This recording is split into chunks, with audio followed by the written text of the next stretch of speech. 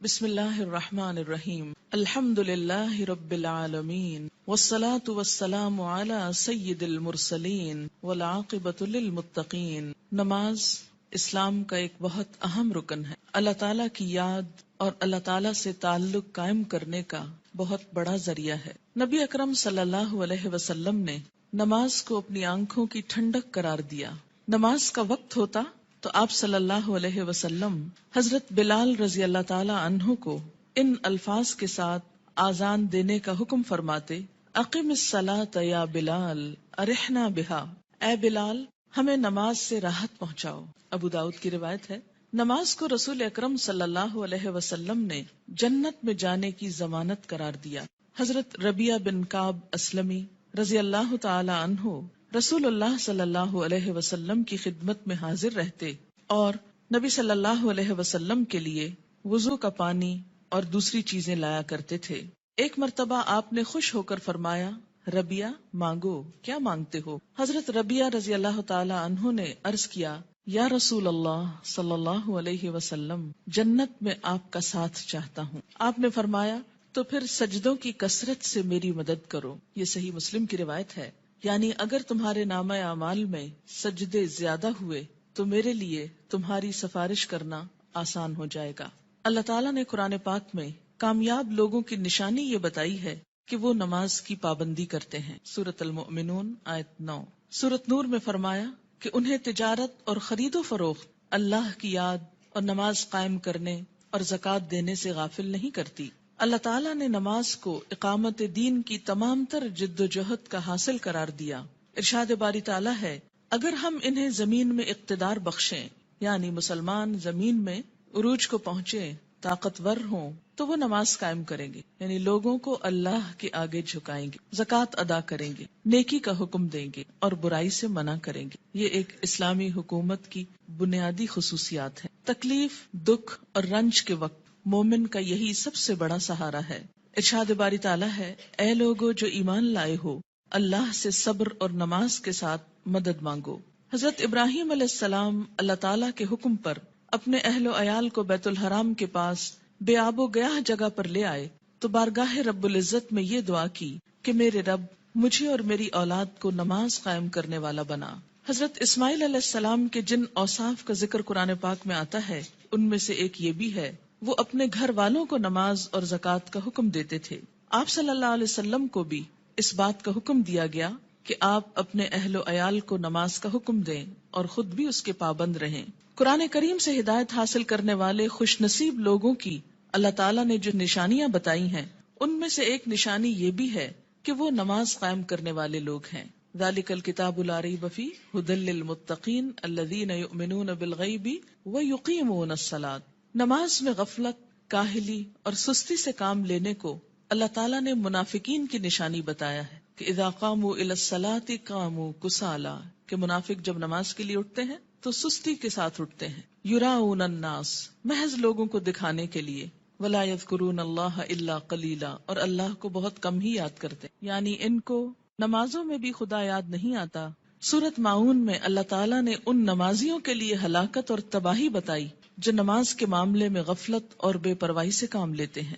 Foil للمصلین الذین ھم عن صلاتہم ساہون۔ قرآن پاک میں اللہ تعالیٰ نے اقوام کی تباہی اور ہلاکت کا اصل سبب ترک نماز بتایا۔ ارشاد باری تعالیٰ ہے: اللہ کے فرما بردار بندوں کے بعد ایسے نالائق لوگ ان کے جانشین ہوئے جنہوں نے نماز کو ضائع کیا اور دنیا کے مزے اڑانے میں لگ گئے۔ ایسے لوگ عنقریب گمراہی کے انجام سے دوچار ہوں گے، یعنی دنیا میں بھی اس کا نقصان اٹھائیں گے اور آخرت میں بھی خسارے میں مبتلا ہوں گے۔ قیامت کے روز جہنمیوں کا ایک گروہ جہنم میں جانے کا ایک سبب یہ بیان کرے گا کہ لم نک من المصلین، ہم نماز پڑھنے والوں میں سے نہ تھے۔ حالت امن ہو یا حالت خوف، گرمی ہو یا سردی، تندرستی ہو یا بیماری، حتیٰ کہ جہاد و قتال کے موقع پر عین میدان جنگ میں بھی یہ فرض ساقط نہیں ہوتا۔ رسول اکرم صلی اللہ علیہ وسلم 5 فرض نمازوں کے علاوہ نماز تہجد، نماز اشراق، نماز چاشت، تحیۃ الوضو، تحیۃ المسجد کا بھی اہتمام فرماتے تھے، اور پھر خاص خاص مواقع پر اپنے رب کے حضور توبہ استغفار کے لیے نماز ہی کو ذریعہ بناتے، یعنی صلاۃ توبہ. خسوف ہو یا کسوف یعنی سورج گرہن اور چاند گرہن تو مسجد تشریف لے جاتے. زلزلہ یا آندھی آتی تو مسجد تشریف لے جاتے. طوفان باد و باراں ہوتا تو مسجد تشریف لے جاتے. فاقے کی نوبت آتی تو مسجد تشریف لے جاتے. کوئی پریشانی اور تکلیف ہوتی تو مسجد تشریف لے جاتے. سفر سے واپسی ہوتی تو پہلے مسجد تشریف لے جاتے پھر گھر پلٹتے. بارش نہ ہوتی تو بھی نماز ادا کرتے. گویا ہر غم، دکھ اور تکلیف کے موقع پر نماز. آج ہم میں سے بہت سے لوگ طرح طرح کے وظائف کرنے کے لیے گھنٹوں خود کو وقف کرتے ہیں، لیکن 2 رکعت نماز ان پر بہت بھاری ہوتی ہے. حیات طیبہ کے آخری دنوں میں بیماری کی حالت میں بھی نبی صلی اللہ علیہ وسلم کو جس چیز کی سب سے زیادہ فکر تھی وہ نماز تھی. وفات مبارک سے چند یوم قبل تیز بخار کی وجہ سے آپ پر غنودگی کی حالت طاری تھی. عشاء کے وقت آنکھ کھلی تو سب سے پہلے یہ سوال کیا، کیا لوگوں نے نماز پڑھ لی ہے؟ یعنی سب سے زیادہ جس بات کی فکر تھی وہ کیا؟ نماز. عرض کیا گیا نہیں، آپ ہی کا انتظار ہے. سرور عالم صلی اللہ علیہ وسلم نے پھر اٹھنا چاہا تو بے ہوش ہو گئے. جب آنکھ کھلی تو زبان مبارک سے پھر وہی الفاظ نکلے، کیا لوگوں نے نماز پڑھ لی ہے؟ عرض کیا گیا نہیں، آپ ہی کا انتظار ہے. تیسری مرتبہ اٹھنے کی کوشش میں پھر غشی طاری ہو گئی. افاقہ ہونے پر ارشاد فرمایا، ابو بکر نماز پڑھائیں. وفات مبارک سے چند لمحے پہلے آپ نے امت کو جو آخری وصیت فرمائی وہ یہ تھی، الصلاۃ الصلاۃ وما ملکت ایمانکم، یعنی مسلمانوں نماز نماز اور اپنے غلاموں کا ہمیشہ خیال رکھنا. یعنی ایک طرف حقوق اللہ اور دوسری طرف حقوق العباد، بندوں میں سے سب سے زیادہ محروم مخلوق غلام. نماز بذات خود جتنی اہم ہے، طریقہ نماز بھی اسی قدر اہم ہے. نماز کے بارے میں حکم صرف یہی نہیں کہ اسے ادا کرو، بلکہ حکم یہ بھی ہے کہ اس طرح ادا کرو جس طرح مجھے ادا کرتے دیکھتے رہے ہو. ایک حدیث مبارک میں کچھ یوں آتا ہے کہ قیامت کے روز حقوق اللہ میں سے سب سے پہلے نماز کا حساب لیا جائے گا. جس کی نماز درست طریقے سے پڑھی گئی ہوگی وہ کامیاب و کامران ہوگا، اور جس کی نماز بگاڑی گئی ہوگی وہ ناکام و نامراد ہوگا. اس سے کیا پتہ چلتا ہے کہ قیامت کے روز صرف یہی نہیں پوچھا جائے گا کہ نماز پڑھی یا نہیں، بلکہ یہ بھی دیکھا جائے گا کہ کس طریقے سے پڑھی، کیا اس میں ان تمام امور کا لحاظ رکھا گیا جن کی پابندی ضروری تھی، سنت کے مطابق تھی یا نہیں. اس سے یہ اندازہ لگانا مشکل نہیں کہ ادائیگی نماز کے ساتھ ادائیگی نماز کا طریقہ بھی بہت ضروری ہے. جو مسائل آگے بیان کیے جائیں گے وہ کسی خاص فقہی مسلک کو سامنے رکھ کر نہیں، اور نہ ہی کسی مسلک کو صحیح یا غلط ثابت کرنے کے لیے یہ مجموعہ مرتب کیا گیا ہے، بلکہ پیش نظر صحابہ کرام کا وہ طریقہ ہے جس میں ایک صحابی حضرت حذیفہ رضی اللہ تعالی عنہ نے ایک آدمی کو نماز پڑھتے دیکھا جو رکوع اور سجود پورے نہیں کر رہا تھا. جب وہ آدمی نماز سے فارغ ہوا تو حضرت حذیفہ رضی اللہ تعالی عنہ نے اسے بلا کر کہا، تم نے نماز نہیں پڑھی، اور اگر اسی طرح کی نماز پڑھتے پڑھتے مر گئے تو طریقہ اسلام کے خلاف مرو گے. یعنی اگر رکوع سجدہ صحیح طور پر ادا نہیں ہوا مکمل طور پر تو وہ نماز پھر نماز نہیں، ایک مذاق ہے نماز کا. ایک دوسرے صحابی حضرت عبداللہ بن عباس رضی اللہ تعالی عنہ نے ایک شخص کو نماز عید سے پہلے نفل پڑھتے دیکھا تو اسے منع کیا. وہ کہنے لگا، اللہ تعالیٰ مجھے نماز پڑھنے پر عذاب نہیں کرے گا. حضرت عبداللہ بن عباس نے فرمایا، اللہ تعالیٰ تجھے سنت رسول صلی اللہ علیہ وسلم کی مخالفت کرنے پر ضرور عذاب دے گا، کیونکہ آپ نے کبھی نماز عید سے پہلے عیدگاہ میں نفل نہیں پڑھے تھے. ایسے کاموں سے کیوں اتنی شدت سے روکا گیا؟ کیونکہ اس سے دین بوجھل ہو جاتا ہے. اگر ایک شخص ایک رو میں آ کے کرتا ہے، دوسرا اس کو دیکھ کے، کل ایک پورا وہ طریقہ بن جائے گا اور لوگ اس کو اپنے لیے لازم قرار دے دیں گے اور بلا وجہ دین کو بھاری کر لیں گے. ایک اور صحابی حضرت عمارہ بن رویبہ رضی اللہ تعالی عنہ نے خطبہ جمعہ کے دوران حاکم وقت کو ممبر پر ہاتھ بلند کرتے دیکھا تو کہا، اللہ خراب کرے ان ہاتھوں کو. میں نے رسول اللہ صلی اللہ علیہ وسلم کو دیکھا ہے کہ اس سے زیادہ نہ کرتے تھے. یعنی جمعے کے خطبے کا بھی ایک خاص سٹائل ہونا چاہیے، اور اپنی انگشت شہادت سے اشارہ کیا کہ انگلی سے زیادہ آپ خطبے کے دوران ہاتھوں کو نہیں اٹھاتے تھے. آج آپ دیکھیے سنت کی جب مخالفت ہوتی ہے تو اس کا نتیجہ کیا نکلا ہے کہ لوگ دین سے ہی بھاگنا شروع ہو گئے، کیونکہ بتانے والوں کا انداز اور سٹائل اور بیٹھنا اور گفتگو کرنا یہ سب کچھ دین کے یا حق میں جاتا ہے یا خلاف جاتا ہے. سنت رسول صلی اللہ علیہ وسلم سے محبت کا یہی جذبہ ہم سب کا مذہب ہے، اور اسی جذبے کے تحت یہ احادیث پیش کی جا رہی ہیں. صحابہ کرام کے مذکورہ بالا طرز عمل سے یہ بھی معلوم ہوتا ہے کہ جن مسائل کو فروعی، اختلافی اور غیر اہم سمجھتے ہوئے نظر انداز کر دیتے ہیں، صحابہ کرام کے نزدیک ان کی کتنی اہمیت تھی۔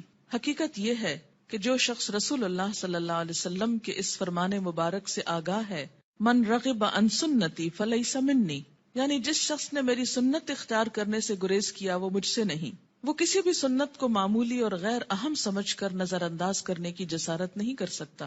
ہمارے ہاں یہ ٹرینڈ بہت عام ہو گیا ہے کہ جو تو قرآن میں لکھا ہے یا جو فرض کے درجے میں ہے وہ تو ہم کر لیں، اور سنت وہ تو معمولی چیز ہے، کوئی فرض تھوڑی ہے۔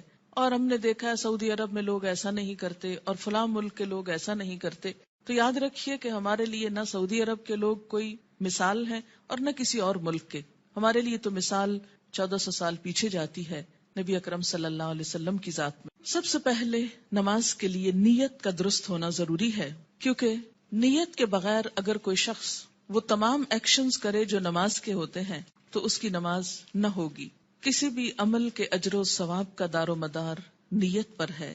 حضرت عمر بن خطاب رضی اللہ تعالی عنہ کہتے ہیں، میں نے رسول اللہ صلی اللہ علیہ وسلم کو فرماتے ہوئے سنا کہ اعمال کا دار و مدار نیت پر ہے، ہر شخص کو وہی ملے گا جس کی اس نے نیت کی، لہٰذا جس نے دنیا حاصل کرنے کی نیت سے ہجرت کی اسے دنیا ہی ملے گی، جس نے کسی عورت سے نکاح کرنے کی غرض سے ہجرت کی اسے عورت ہی ملے گی، بس مہاجر کی ہجرت کا صلہ وہی ہے جس کے لیے اس نے ہجرت کی۔ یعنی ہجرت جیسا بڑا نیکی کا کام بھی زیادہ فائدہ مند نہیں اگر اللہ کے لیے نہ ہو۔ فتنہ دجال سے بھی بڑا فتنہ دکھاوے کی نماز ہے، دکھاوے کی نماز۔ عن ابی سعید رضی اللہ عنہ قال خرج علینا رسول اللہ صلی اللہ علیہ وسلم ونحن نتذاکر المسیح الدجال فقال الا اخبرکم بما هو اخوف علیکم عندی من المسیح الدجال فقلنا بلا یا رسول اللہ صلی اللہ علیہ وسلم قال الشرک الخفی ان یقوم الرجل فیصلی فیزید صلاته لما یرى من نظر رجل رواہ ابن ماجہ۔ حضرت ابو سعید رضی اللہ عنہ کہتے ہیں کہ ہم مسیح الدجال کا ذکر کر رہے تھے، اتنے میں رسول اللہ صلی اللہ علیہ وسلم تشریف لائے اور فرمایا، کیا میں تمہیں دجال کے فتنے سے زیادہ خطرناک بات سے آگاہ نہ کروں؟ ہم نے عرض کیا، ضرور یا رسول اللہ صلی اللہ علیہ وسلم۔ آپ نے فرمایا، شرک خفی یعنی خفیہ شرک جس کو پروناؤنس نہ کیا جائے لیکن وہ دل میں چھپاؤ، یہ دجال سے بھی زیادہ خطرناک ہے، اور وہ یہ ہے کہ ایک آدمی نماز کے لیے کھڑا ہو اور نماز کو اس لیے لمبا کرے کہ کوئی آدمی اسے دیکھ رہا ہے، یعنی تنہائی میں نماز پڑھے تو چھوٹی سی پڑھ لے، کل ہو اللہ پڑھ کے ختم کر دے، اور اگر لوگوں کے بیچ میں پڑھ رہا ہے، لوگوں کے ساتھ پڑھ رہا ہے تو صرف اس لیے لمبی کر دے کہ لوگ دیکھیں گے تو پھر ان کے نزدیک میں بہت نیک کہلاؤں گا۔ اسے شرک بھی کہا گیا، یعنی شرک خفی، اور اسے دجال کے فتنے سے زیادہ بدترین چیز قرار دیا گیا، اور یہ بندوں کو بھی دھوکہ دینا ہے اور اللہ کو بھی۔ منافقین کی ایک صفت ہم نے قرآن پاک میں پڑھی تھی کہ یخادعون اللہ والذین آمنوا، یعنی اپنے ساتھ والوں کو دھوکہ دینے کی بات ہے نا، کہ وہ سمجھیں گے کہ میں اتنا اچھا نمازی جبکہ ہوں نہیں، تنہائی میں پڑھوں تو کچھ اور پڑھتا ہوں۔ وما یخدعون الا انفسهم، ایسے لوگ محض اپنے آپ ہی کو دھوکہ دیتے۔ تو جیسی ہم اکیلے میں پڑھتے ہیں ویسی اگر سب کے سامنے پڑھ لیں گے تو کوئی ہم کو نہیں مارے گا، ہو سکتا ہے کوئی نوٹس بھی نہ کر رہا ہو ہم کیا کر رہے ہیں، کسی کو اتنی فرصت کہاں کہ وہ سب اپنے کام چھوڑ کے صرف یہ دیکھے کہ اس کی نماز کتنی لمبی اور چھوٹی۔ یہ محض شیطان کا خیال ہوتا ہے جو ہمارے نیک عمل کو بھی برباد کر دیتا ہے۔ دکھاوے کی نماز شرک ہے۔ ان شداد ابن اوس رضی اللہ عنہ قال سمعت رسول اللہ صلی اللہ علیہ وسلم یقول من صلى یرائی فقد اشرک ومن صام یرائی فقد اشرک ومن تصدق یرائی فقد اشرک رواہ احمد۔ حضرت شداد بن اوس رضی اللہ عنہ کہتے ہیں، میں نے رسول اللہ صلی اللہ علیہ وسلم کو فرماتے ہوئے سنا ہے، جس نے دکھاوے کی نماز پڑھی اس نے شرک کیا، جس نے دکھاوے کا روزہ رکھا اس نے شرک کیا، جس نے دکھاوے کا صدقہ کیا اس نے شرک کیا۔ اسے احمد نے روایت کیا ہے۔ نماز کی فرضیت۔ نماز اسلام کا دوسرا اہم رکن ہے۔ عن ابن عمر رضی اللہ عنہما قال قال رسول اللہ صلی اللہ علیہ وسلم بنی الاسلام علی خمس شہادت ان لا الہ الا اللہ وان محمدا رسول اللہ واقام الصلاة وایتاء الزکاة والحج وصوم رمضان رواہ البخاری۔ حضرت عبداللہ بن عمر رضی اللہ عنہ کہتے ہیں کہ رسول اللہ صلی اللہ علیہ وسلم نے فرمایا، اسلام کی بنیاد 5 چیزوں پر رکھی گئی ہے۔ اس بات کی شہادت، گواہی کہ اللہ کے سوا کوئی الہ نہیں اور محمد صلی اللہ علیہ وسلم اللہ کے رسول ہیں۔ نمبر 2، نماز قائم کرنا۔ نمبر 3، زکوٰۃ ادا کرنا۔ نمبر 4، حج کرنا۔ نمبر 5، رمضان کے روزے رکھنا۔ اسے بخاری نے روایت کیا ہے۔ ہجرت سے قبل 2 رکعت اور ہجرت کے بعد 4 رکعت نماز فرض ہوئی۔ یعنی نماز کی فرضیت کیسے ہوئی؟ مکہ میں کیسے تھی؟ ہجرت سے قبل 2 فرض اور بعد میں 2 4 ہو گئے اور فجر 2 ہی رہی۔ عن عائشہ رضی اللہ عنہا قالت فرض اللہ الصلاۃ حين فرضها ركعتين في الحضر والسفر فأقرت صلاة السفر وزید فی صلاة الحضر متفق علیہ۔ حضرت عائشہ رضی اللہ تعالی عنہا فرماتی ہیں، جب معراج کی رات اللہ تعالیٰ نے نماز فرض کی تو حضر و سفر، حضر کہتے ہیں حاضر ہونا، گھر میں رہنا، دونوں کے لیے 2 رکعت نماز فرض کی۔ بعد میں سفر کی نماز 2 رکعت برقرار رکھی گئی اور حضر کی نماز میں اضافہ کر دیا گیا۔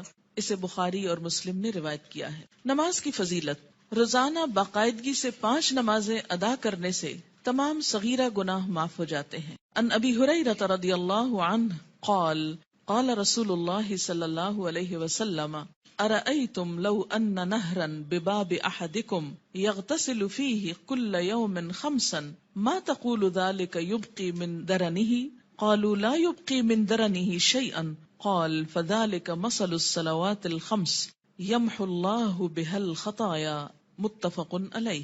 حضرت ابو ہریرہ رضی اللہ تعالی عنہ کہتے ہیں، رسول اللہ صلی اللہ علیہ وسلم نے فرمایا، تمہارا کیا خیال ہے اگر تم میں سے کسی کے دروازے پر نہر بہتی ہو اور وہ اس نہر میں ہر روز 5 مرتبہ نہائے تو کیا اس کے بدن پر کوئی میل کچیل باقی رہ جائے گا؟ صحابہ کرام نے عرض کیا، نہیں، کسی قسم کا میل کچیل باقی نہیں رہے گا۔ آپ صلی اللہ علیہ وسلم نے فرمایا، یہی 5 نمازوں کی مثال ہے، اللہ تعالیٰ ان نمازوں کے ذریعے گناہ مٹا دیتا ہے۔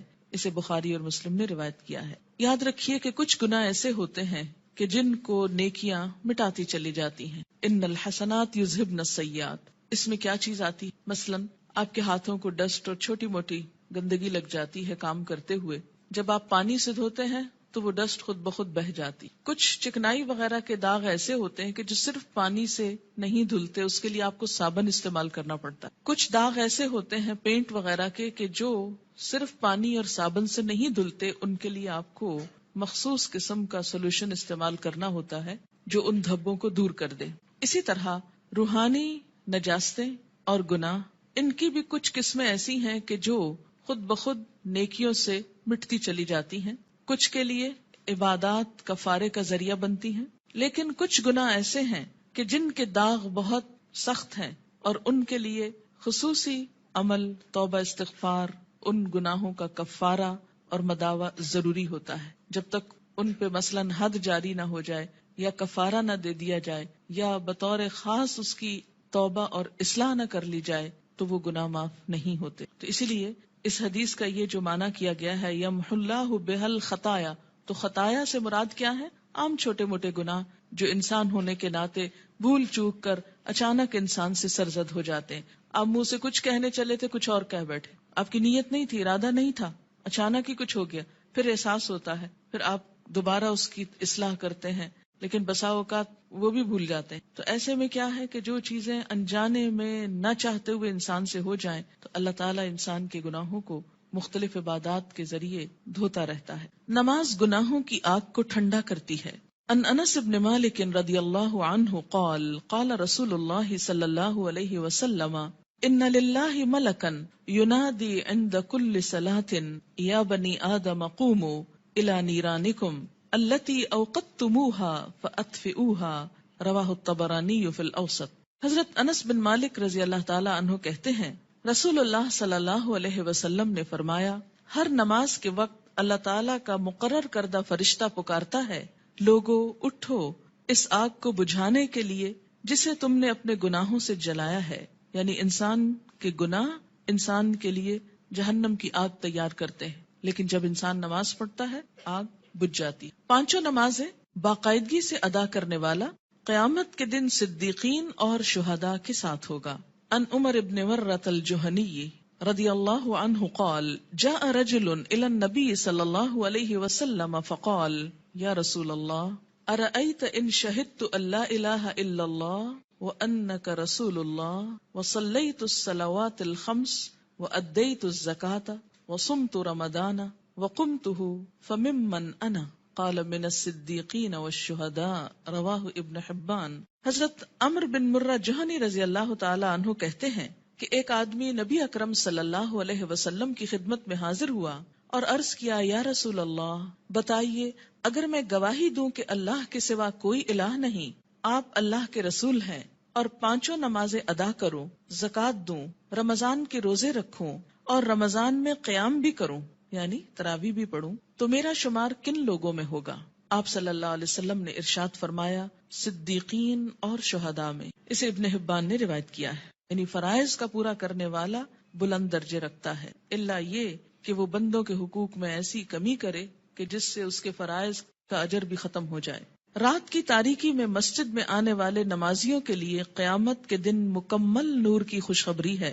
ان بریدہ رضی اللہ عنہ ان النبی صلی اللہ علیہ وسلم قال بشر المشائین فی الظلم الى المساجد بالنور التام یوم القیامہ رواہ ابو داود والترمذی۔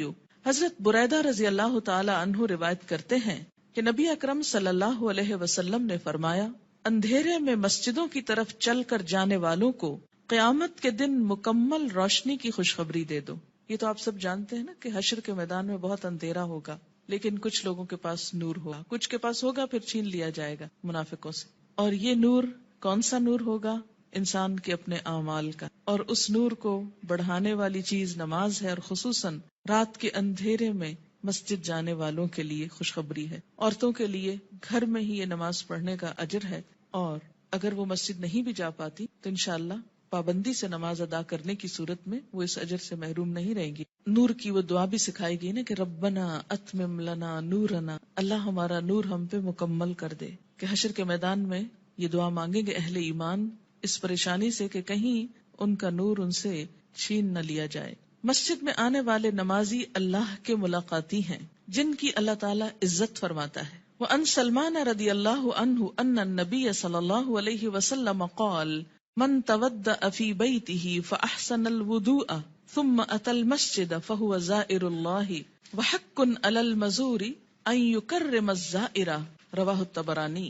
حضرت سلمان رضی اللہ تعالی عنہ سے روایت ہے کہ نبی اکرم صلی اللہ علیہ وسلم نے فرمایا جس نے اپنے گھر میں اچھی طرح وضو کیا اور پھر مسجد میں آیا وہ اللہ کا ملاقاتی ہے، اور میزبان کے لیے ضروری ہے کہ وہ اپنے ملاقاتی کی عزت کرے۔ قیامت کے دن ایسے لوگوں کو عزت کے ساتھ جنت میں رکھا جائے گا، عزت کا لباس پہنایا جائے گا اور عزت کا مقام دیا جائے گا۔ وَلَهُمْ أَجْرٌ کریم کی جو بات آتی ہے، کریم عزت والا۔ نماز کی اہمیت۔ بے نماز کا انجام قارون، فرعون، حامان اور ابی ابن خلف کے ساتھ ہوگا۔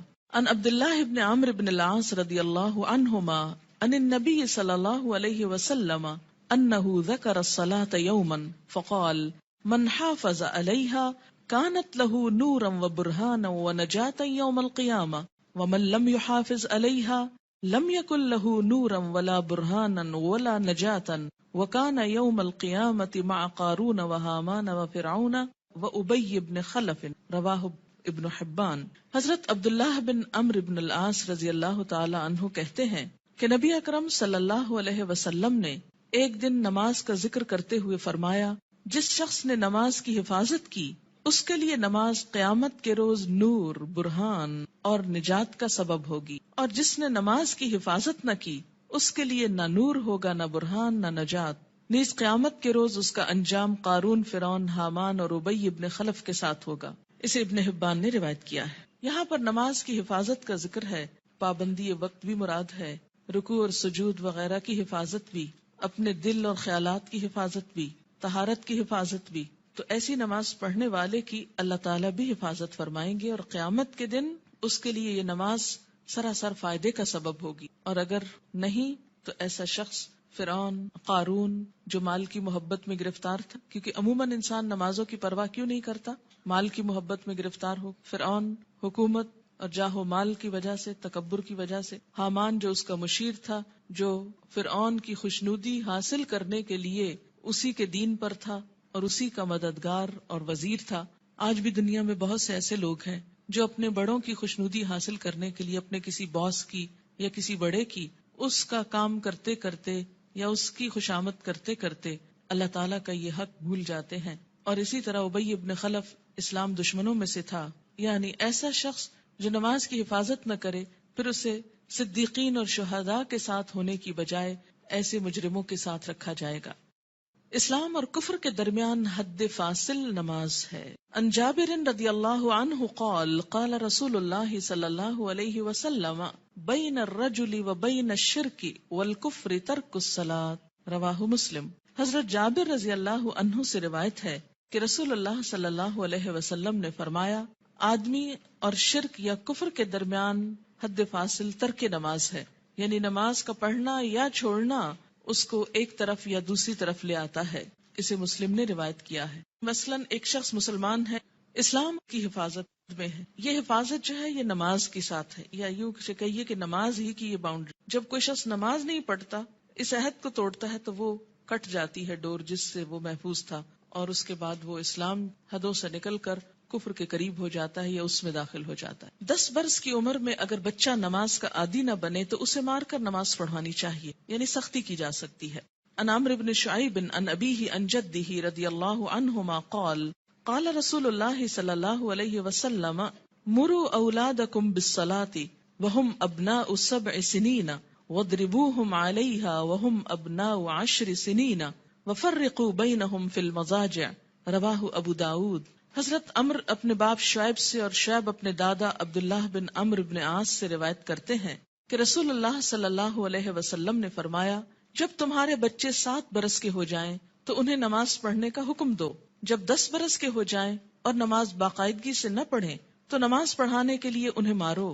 نیز 10 برس کی عمر کے بچوں کو علیحدہ علیحدہ بستروں پر سلاؤ. اسے ابو داؤد نے روایت کیا ہے. 10 سال کی عمر تک بچے کی عادتیں پختہ ہو جاتی. اگر اس عمر میں والدین کچھ محنت کر لیں، تکلیف کر لیں، تو باقی زندگی میں پھر آسانی ہو جائے گی، کیونکہ والدین سے پوچھا جائے گا بچوں کی تربیت کے بارے میں. قرآن پاک میں اللہ تعالیٰ فرماتے ہیں، یا ایھا الذین آمنوا قوا انفسکم واہلیکم نارا، اے لوگو جو ایمان لائے ہو، بچاؤ اپنے آپ کو اور اپنے اہل و عیال کو آگ سے. ہم سمجھتے ہیں ایمان اور آگ، ہم نے تو کلمہ پڑھ لیا، ہمیں آگ کیوں چھوئے گی؟ اللہ تعالیٰ ایمان والوں ہی سے فرما رہے ہیں کہ اپنے آپ کو اور اپنے بچوں کو، بیوی کو، گھر والوں کو، اہل و عیال کو آگ سے بچاؤ، یعنی ان کی اسلامی خطوط پر تربیت کرو تاکہ وہ اللہ کے بندے بن کر زندگی بسر کر سکیں.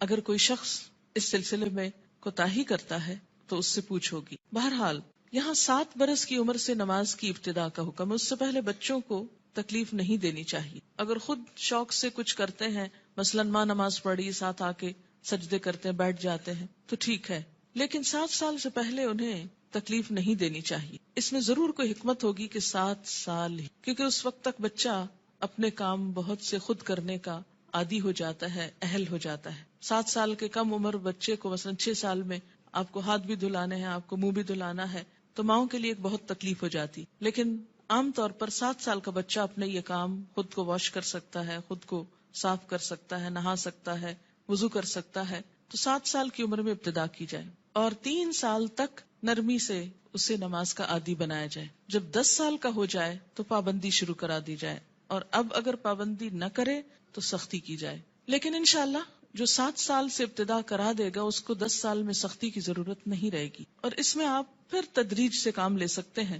مثلا میں نے اپنے بچوں کے ساتھ یہ کیا کہ ان کو جو 7ویں سال کی جو برتھ ڈے آپ سیلیبریٹ کرتے ہیں تو کیک کھلانے کی بجائے بٹھا کے یہ بتایا کہ نماز کتنی امپورٹنٹ ہے، اور آج سے تم 7 سال کے ہو گئے ہو اور ہم سب مل کر مغرب کی نماز پڑھیں گے. میں نے یہ نہیں کہا کہ تم پڑھو بلکہ ہم پڑھیں گے، اور ساتھ کھڑے ہو کر وضو کروایا، ساتھ کھڑے ہو کر نماز پڑھائی. اس سے بچے کو کچھ بھی مشکل نہیں. نماز سے پہلے وضو ایک مشکل کام ہوتا، جو وہ مرحلہ پار کر جائے اس کے لیے اگلا مرحلہ آسان ہو جائے. تو مائیں اگر وضو کرتے وقت تھوڑا سا وقت 5-7 منٹ لگائیں اور 7 وضو کرائیں، اس سے وضو کی بھی اصلاح ہوگی انشاءاللہ، کہ دیکھا جائے گا کہ وہ اپنے کپڑے تو نہیں بھگو رہے یا باتھ روم تو نہیں بھگو رہے. کیونکہ بہت دفعہ دیکھنے میں آتا ہے اب تک کہ بچے تو کیا، بڑے بڑے میچور لوگ جب کسی واش روم سے نکلتے ہیں تو سارا واش روم یوں لگتا ہے جیسے کوئی نہا کے نکلا. کبھی سمجھ نہیں آئی کہ اس قدر پانی گرانے کی کہ جو سنک سے باہر زمین پر بھی پورا پھیل جائے اور کپڑے بھی اور سب کچھ گندا کرے، اس کی آخر کیا وجہ ہے اور اس کی ضرورت کیا ہے. جب ہم وضو کرتے ہیں تو نہاتے تو نہیں ہیں، لیکن منظر باتھ روم میں نہانے کا ہی نظر آتا ہے. خیر، اب دیکھیں کہ بچوں کو جب وضو کرائیں تو اس وقت بھی انہیں بتائیں کہ پانی بہت نہیں استعمال کرنا اور کس طریقے سے وہ کریں گے. انشاءاللہ اس کا طریقہ آگے پورا آئے گا، آپ اپنا سب چیک کر لیجئے، بچوں کا بھی کر لیجئے. پھر اس کے بعد یہ کہ ساتھ کھڑا کر کے نماز پڑھ، کیونکہ تنہا نماز پڑھنے میں کوتاہی ہوتی ہے، مشکل لگتی ہے. جب ساتھ ماں ہوتی ہے تو بچے کو بہت ڈھارس ہوتی اور آسانی سے نماز پڑھ لیتے. 1 آدھ مہینہ آپ صرف ایک ہی نماز پڑھائیں، پھر اس کے بعد عصر کی ساتھ شروع کر لیں، پھر ظہر کی کر لیں. ظہر میں اگر صرف فرض بھی پڑھ لیں تو کافی، پھر اسی طرح عشاء پر لے آئیں، پھر فجر پر.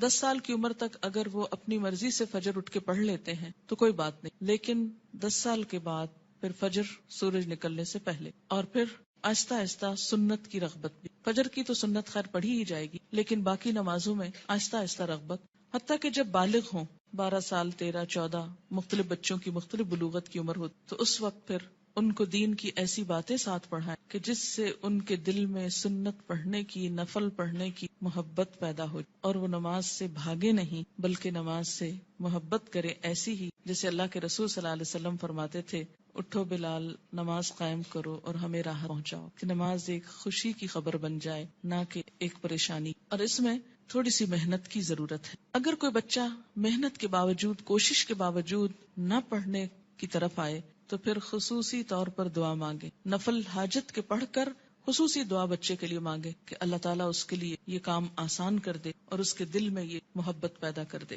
آپ دیکھیں کہ اگر آپ بچوں کو نماز کا عادی کر دیں گے تو آپ کو کتنا فائدہ ہے کہ ہر نماز میں جب وہ پڑھیں گے ربنا اغفر لی ولوالدی، یعنی ہر نماز کے اندر وہ آپ کے لیے دعائیں کریں گے، ربنا اغفر لی ولوالدی، اللہ مجھ کو معاف کر دے اور میرے والدین کو کر دے. مفت کی دعائیں ملتی جائیں گی ساری زندگی. دنیا سے چلے بھی جائیں تو پیچھے سے بچے دعائیں کریں، ورنہ الگ سے کس کو یاد رہتا ہے کہ وہ دعا کرے. اور ایسے ہی بچے پھر ماں باپ کے لیے صدقہ جاریہ ہو جائے. صرف نماز عصر کا فوت ہونا ایسا ہے جیسے کسی کا مال اور اہل و عیال لٹ جائے. عن ابن عمر رضی اللہ عنہما قال قال رسول اللہ صلی اللہ علیہ وسلم الذی تفوتہ صلاۃ العصر فکأنما وتر اہلہ ومالہ، متفق علیہ. حضرت عبداللہ بن عمر سے روایت ہے، رسول اللہ صلی اللہ علیہ وسلم نے فرمایا، جس شخص کی نماز عصر فوت ہو جائے اس کی حالت اس شخص کی طرح ہے جس کا اہل و عیال اور مال و اسباب ہلاک ہو گیا ہو. صرف نماز عصر قضا کرنا ایسا ہے گویا کسی کا گھر گر جائے، بال بچے سب مر جائیں اس میں، اور پورا مال بھی تباہ ہو جائے، یا گھر والوں سمیت گھر کو آگ لگ جائے اور ہر چیز راکھ ہو. ایسا حادثہ اگر کہیں ہو جائے تو انسان دنوں یاد رکھتا ہے، لیکن نماز قضا کر کے کتنا دکھ اور تکلیف ہم محسوس کرتے ہیں وہ ہم سب اپنے دلوں سے پوچھ سکتے. یہ نقصان دنیا میں نظر نہیں آتا اس لیے دکھ بھی نہیں ہوتا، آخرت کے دن یہ نقصان نظر آئے اور تلافی کی کوئی صورت نہ ہو، کوئی موقع نہ ہوگا. اچھا، یہ جو حدیث ہے یہ بخاری اور مسلم نے روایت کی ہے، یعنی متفق علیہ حدیث ہے، یعنی کوئی ایسی کھیل مذاق کی بات نہیں ہے کہ ایسی ڈرا رہے. نماز سے غفلت کی سزا. حضرت سمرہ بن جندب رضی اللہ تعالی عنہ روایت کرتے ہیں کہ حضور صلی اللہ علیہ وسلم اپنے اصحاب سے پوچھا کرتے، کیا تم میں سے کسی نے کوئی خواب دیکھا ہے؟ سمرہ کہتے ہیں پھر اللہ تعالیٰ جس کے لیے چاہتا وہ اپنا خواب بیان کرتا، یعنی اللہ کے اذن سے لوگ اپنا خواب بیان کرتے. ایک دن صبح کے وقت ایسا ہوا، حضرت صلی اللہ علیہ وسلم نے فرمایا، گزشتہ رات کو میرے پاس 2 فرشتے آئے، جبرائیل اور میکائیل علیہ السلام. دونوں نے مجھ کو اٹھایا اور کہنے لگے چلو. میں ان کے ساتھ چلا.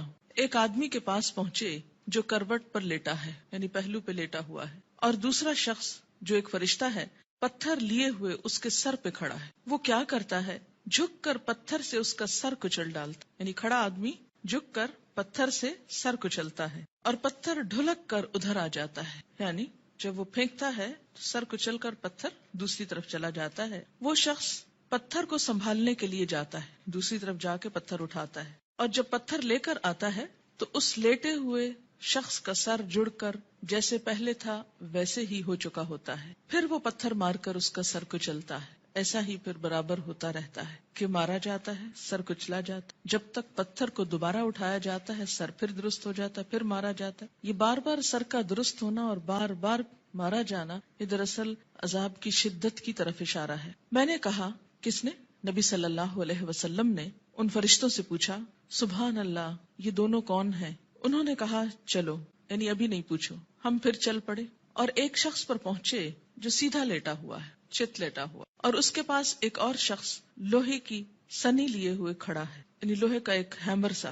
وہ کیا کرتا ہے، اس کے منہ کے ایک طرف جا کر اس کا گلپھڑا گدی تک پھاڑ ڈالتا ہے، یعنی منہ کے اندر سے، اور نتنے اور آنکھ کو بھی اسی طرح گدی تک چیر دیتا ہے، نتنے کو بھی، آنکھ کو بھی، منہ کو بھی۔ پھر منہ کی دوسری طرف جا کر بھی ایسا ہی کرتا ہے، اور جب ایک طرف کا چیرتا ہے تو دوسری طرف جا کر بھی ایسا ہی کرتا ہے، اور جب ایک طرف چیر چکا ہوتا ہے تو دوسری طرف بالکل درست ہو چکی، نہیں پہلے ایک طرف پھر دوسری طرف، اتنے میں پہلا درست ہو چکا ہوتا ہے، اور پھر وہ اسی طرح اس کو چیرتا ہے، پھر وہ درست ہو جاتا ہے، ایسا ہی برابر ہو رہا ہے۔ میں نے اپنے ساتھ والے فرشتوں سے پوچھا، سبحان اللہ، یہ دونوں کون ہیں؟ انہوں نے کہا، چلو چلو، یعنی ابھی آگے چلتے ہیں، ابھی نہ پوچھو۔ خیر، پھر ہم تینوں چلے، ایک گڑھے پر پہنچے جو تندور کی طرح تھا۔ سمرہ بن جندب رضی اللہ تعالی عنہ کہتے ہیں، میں سمجھتا ہوں کہ حضور صلی اللہ علیہ وسلم نے یہ بھی فرمایا، اس تندور میں غل اور شور ہو رہا تھا۔ ہم نے جو جھانک کر دیکھا تو اس میں مرد اور عورتیں ہیں، لیکن سب ننگے، اور جب ان کے نیچے سے آگ کی لپٹ ان پر آتی ہے تو چلاتے ہیں۔ میں نے اپنے ساتھ والے فرشتوں سے پوچھا، یہ کون لوگ ہیں؟ انہوں نے کہا، چلو، یعنی ابھی آگے چلتے۔ خیر، پھر ہم تینوں چلے اور ایک ندی پر پہنچے۔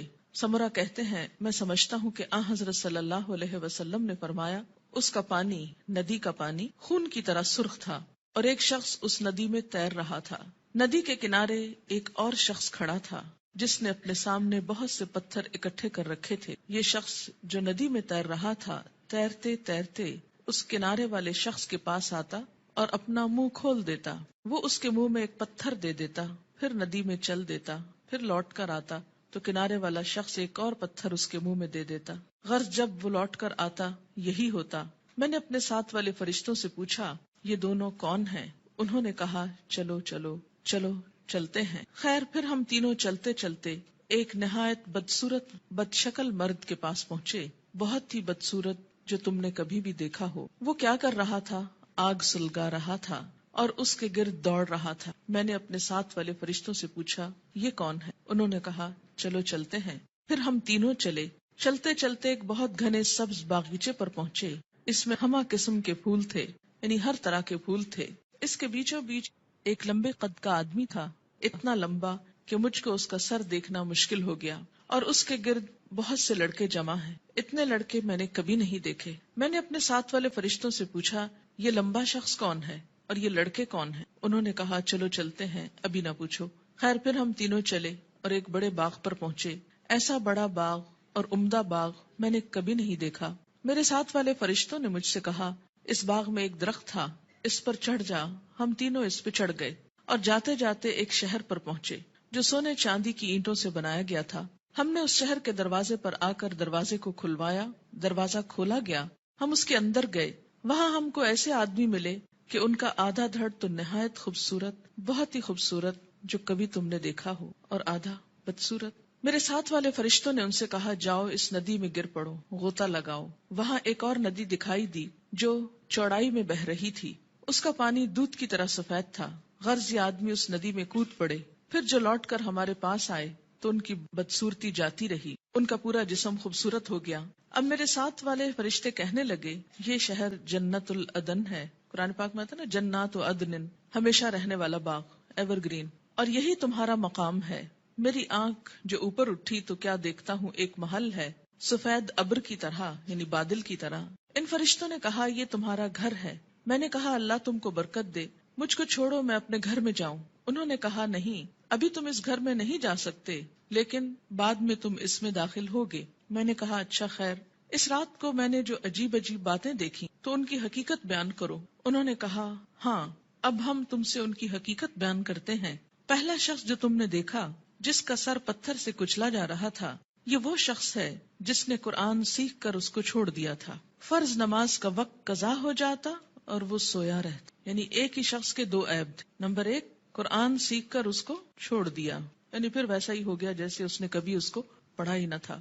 اور دوسرا قصور، فرض نماز کا وقت قضا ہو جاتا اور وہ سویا رہتا، جیسے فجر کے وقت نہ اٹھنا خاص طور پر. وہ شخص جس کے گل پھڑے اور نتنے اور آنکھیں گدی تک چیر رہے تھے، وہ دنیا میں کیا کرتا تھا؟ صبح کو گھر سے نکلتے ہی ایک جھوٹی خبر تراشتا، لوگوں سے کہتا، یعنی پھر بیان کرتا، وہ خبر سارے جہان میں پھیل جاتی. یعنی مشغلے کے طور پر کیا اس نے کام اپنا رکھا تھا؟ جھوٹی خبر گھڑنا اور اس کو پھیلا دینا، اور وہ سارے جہان میں پھیل جاتی. اور ننگے مرد اور عورت جو تم نے تندور میں دیکھے، وہ زنا کرنے والے اور زنا کرنے والیاں ہیں. یعنی وہ مرد اور عورت جن کے ایکسٹرا میرٹل ریلیشنز تھے دنیا میں. اور وہ شخص جو ندی میں تیر رہا تھا، اس کے منہ میں پتھر دیے جاتے، یہ سود خور ہے. اور وہ بدصورت شخص جو آگ سلگا رہا تھا اور اس کے گرد دوڑ رہا تھا، وہ دوزخ کا داروغہ ہے. اس کا نام کیا ہے؟ قرآن پاک میں کیا آتا ہے؟ مالک. مالک نامی. لمبا شخص جو باغیچے میں ملا تھا، وہ ابراہیم علیہ السلام پیغمبر ہیں. ان کے گرد وہ لوگ ہیں جو اسلام کی فطرت پر مرے، یعنی توحید پر. سمرہ کہتے ہیں، بعض مسلمانوں نے آپ صلی اللہ علیہ وسلم سے عرض کیا، یا رسول اللہ صلی اللہ علیہ وسلم، اور مشرکوں کے بچے جو نابالغ مرتے ہیں وہ بھی ان میں داخل ہیں؟ آپ نے فرمایا، ہاں، مشرکوں کے بچے بھی، کیونکہ ہر بچہ فطرت پر پیدا ہوتا جب تک اس کا شعور اپنا نہیں جاگ جاتا. اب رہے وہ لوگ جن کا آدھا دھڑ خوبصورت تھا، آدھا دھڑ بدصورت. یہ وہ لوگ تھے جنہوں نے دنیا میں اچھے اور برے سب طرح کے کام کیے، یعنی کچھ کام ان کے اچھے تھے اور کچھ کام ان کے برے تھے. آدھے خوبصورت، آدھے بدصورت. جب اس طرح ان کی پہچان ہو جائے گی تو پھر ایک وقت آئے گا کہ ان کو نہلا کر درست کر دیا جائے گا، کیونکہ جنت میں رہنے والا کوئی شخص پھر ہمیشہ کے لیے بدصورت نہیں ہو. اب دیکھیں کہ دنیا میں اگر کسی کا ناک اس کی پسند کا نہ ہو، یا چہرے پہ داغ ہو، یا کچھ بھی ہو، یا اگر پاؤں خوبصورت نہ ہو، تو کس قدر شرمندگی محسوس کرتا رہتا ہے، احساس کمتری میں مبتلا ہو جاتا. جنت میں اگر کچھ عرصہ بھی ایسا لوگوں کے بیچ میں رہنا پڑے کہ آدھا دھڑ خوبصورت ہو اور آدھا بدصورت ہو، تو کس قدر شرمندگی کی بات ہے. اس لیے انسان کے جتنے بھی اعمال ایسے ہوں جو بدصورت کرنے والے ہوں، اس کو ان کو چھوڑ کر خوبصورت کی طرف پلٹنے کی ضرورت ہے. بخاری کی یہ روایت ہے، طویل روایت، جس کا ایک حصہ فرض نماز کے بارے میں ہے. یاد رکھیے، انبیاء علیہم السلام کی خواب وحی کا ایک ذریعہ ہوتا، اور یہ خواب آپ صحابہ کے بیچ میں بیان کر رہے ہیں اور سکھانے کا ایک طریقہ ہے. انبیاء علیہم السلام کو وحی بسا اوقات خواب میں بھی آتی. حضرت عائشہ رضی اللہ تعالی عنہا کا بیان ہے کہ نبی صلی اللہ علیہ وسلم پر وحی آنے کی ابتدا ہی سچے خوابوں سے ہوئی تھی. انبیاء علیہم السلام کے خواب بھی سچے ہوتے ہیں، اور خواب میں بھی جو سین ان کو دکھائے جاتے ہیں، جو باتیں ان کو دکھائی جاتی، وہ بالکل سچ ہوتے ہیں، حقیقت. تو یہاں پر آپ صلی اللہ علیہ وسلم کو بذریعہ خواب دکھایا گیا کہ ایک شخص ہے جس کا سر پتھر سے کچلا جا رہا اور پھر ٹھیک ہو جاتا. اور پھر اب آپ دیکھیے کہ جو شخص قرآن یاد کر کے بھلا دے، ایک تو حافظ کا انجام بتایا گیا. میں آپ لوگوں کو یہ نصیحت کروں گی کہ جب تک بچوں کا اپنا رجحان نہ ہو، اپنا شوق نہ، خدا کے لیے ان کو حفظ نہ کرائیں. کیوں؟ اس لیے کہ وہ ماں باپ کے کہنے میں آ کے کر تو لیتے ہیں لیکن بعد میں اس کی حفاظت نہیں کرتے. ماں باپ کیوں اتنا اصرار کرتے ہیں ان کو حفظ کرانے پر؟ ریسنٹلی مجھے کسی نے بتایا کہ وہ خود نماز نہیں پڑھتے لیکن بچوں کو حفظ کرانے کا بہت شوق رکھتے ہیں. میں نے کہا ایسی بھی کیا بات ہوئی؟ اس لیے کہ وہ یہ چاہتے ہیں کہ بچے ان کو بخشوا سکیں، بچے حافظ بن جائیں اور ماں باپ کی بخشش کرا سکیں. تو جہاں اپنی بخشش کے لیے خود تو نماز پڑھی نہ جائے لیکن بچوں کو حافظ بنا دیا جائے، تو وہ بچے بھی کتنا یاد رکھیں گے، اور باپ کو سوتے دیکھیں ساری زندگی تو وہ کتنی نماز پڑھیں گے اور کتنا قرآن پڑھیں گے، تو اللہ ہی جانتا ہے. اللہ تعالیٰ یخرج الحی من المیت و یخرج المیت من الحی، زندہ سے مردہ اور مردہ سے زندہ کو نکالتا ہے، بے عمل سے باعمل بچے کو پیدا کر سکتا ہے، یہ اس کی شان ہے. لیکن ہم اپنی کوششوں کو بھی دیکھیں کہ ہم کیا کر رہے. اور اس میں فرض نماز پڑھے بغیر سو جانا میں فجر کی نماز بھی ہو سکتی ہے اور عشاء بھی ہو سکتی ہے، یا پھر ظہر پڑھے بغیر سو جانا، یا پھر عصر کے لیے اٹھنا ہی نہیں، سوئے چلے جانا. نماز فجر اور عشاء کے لیے مسجد میں نہ آنا نفاق کی علامت ہے. باجماعت نماز نہ پڑھنے والے لوگوں کے گھروں کو رسول اکرم صلی اللہ علیہ وسلم نے جلانے کا ارادہ فرمایا. عن ابی ہریرہ رضی اللہ عنہ قال قال رسول اللہ صلی اللہ علیہ وسلم لیس صلاة اسقل علی المنافقین من الفجر والعشاء ولو يعلمون ما فيهما لآتوهما ولو حبوا لقد هممت ان آمر المؤذن فيقيم ثم آمر رجلا يؤم الناس ثم آخذ شعلا من نار فأحرق على من لا يخرج إلى الصلاة بعد متفق علیہ۔ حضرت ابو ہریرہ رضی اللہ تعالی عنہ کہتے ہیں کہ رسول اللہ صلی اللہ علیہ وسلم نے فرمایا، منافقوں پر فجر اور عشاء کی نماز سے زیادہ بھاری کوئی نماز نہیں ہے۔ اگر انہیں پتہ چل جائے کہ دونوں نمازوں کا ثواب کتنا زیادہ ہے تو ان دونوں نمازوں میں ضرور آتے، خواہ گھٹنوں کے بل ہی آنا پڑتا، چل نہ سکتے تو رینگ کر آتے، جیسے بچے رینگتے ہیں، کرال کرتے ہیں، کرال کرتے ہوئے آتے۔ میں نے ارادہ کیا کہ مؤذن کو حکم دوں وہ اقامت کہے، پھر ایک آدمی کو حکم دوں کہ وہ لوگوں کی امامت کرائے، اور خود آگ کا ایک شعلہ لے کر ان لوگوں کے گھروں کو جلا دوں جو اس اذان اور اقامت کے بعد نماز کے لیے نہیں نکلتے۔ اسے بخاری اور مسلم نے روایت کیا ہے۔ خلاف سنت ادا کی گئی نماز قیامت کے روز ناکامی اور نامرادی کا باعث ہوگی۔ قیامت کے روز حقوق اللہ میں سب سے پہلے نماز کا حساب ہوگا۔ عن ابی ہریرہ رضی اللہ عنہ قال قال رسول اللہ صلی اللہ علیہ وسلم ان اول ما يحاسب به العبد يوم القيامة من عمله صلاته فإن صلحت فقد افلح وانجح وإن فسدت فقد خاب وخسر فإن انتقص من فريضته شيء قال الرب تبارك وتعالى انظروا هل لعبدي من تطوع فيكمل بها من انتقص من الفريضة ثم يكون سائر عمله على ذلك رواه الترمذي۔ حضرت ابو ہریرہ رضی اللہ تعالی عنہ کہتے ہیں رسول اللہ صلی اللہ علیہ وسلم نے ارشاد فرمایا، قیامت کے روز بندے سے سب سے پہلے جس چیز کا حساب لیا جائے گا وہ اس کی نماز ہے۔ اگر نماز درست ہوئی تو بندہ کامیاب و کامران ہوگا۔ درست ہوئی یعنی صحیح طریقے پر ہوئی، مراد سنت کے مطابق، اور اگر نماز خراب ہوئی تو ناکام و نامراد ہوگا۔ خراب نماز سے مراد کیا؟ پڑھی تو لیکن اس کے جو آداب تھے ان کا لحاظ نہیں رکھا۔ اس میں طہارت، قبلے کا رخ ہونا، لباس کا درست ہونا، یہ ساری چیزیں آ جاتی۔ اگر بندے کے فرائض میں کچھ کوتاہی ہو گئی تو اللہ تعالیٰ فرمائیں گے میرے بندے کے نامہ اعمال میں دیکھو کوئی نفل عبادت ہے، یعنی اگر فرض نماز کم ہو گئی تو کہاں سے پوری کی جائے گی؟ نفل سے۔ اگر فرض زکوٰۃ میں کوئی کمی ہو گئی تو نفل صدقات سے، اسی طرح باقی عبادات میں بھی۔ پھر اس کے تمام اعمال کا حساب اسی طرح ہو، پہلے فرائض کو دیکھا جائے گا، اگر کوئی کمی ہو تو نوافل سے پوری کر دی جائے گی، لیکن اگر پڑھے ہی صرف فرض اور وہ بھی صحیح طریقے پر نہ، اور نوافل کی طرف تو ہماری عام طور پر توجہ ہی کم ہو۔ ہم میں سے کتنے نفل روزے رکھتے ہیں، کتنے نفلی صدقہ کرتے ہیں، کتنے نفل نماز پڑھتے ہیں، کتنے نفلی حج کرتے ہیں۔ نفل تو ایکسٹرا کے معنوں، لیکن چلے اگر کم بھی ہے کچھ تو اس کو صحیح طریقے پر تو ادا کیا جائے تاکہ وہ قیامت کے دن نجات کا سبب بنے۔ وآخر دعوانا الحمدللہ رب العالمین۔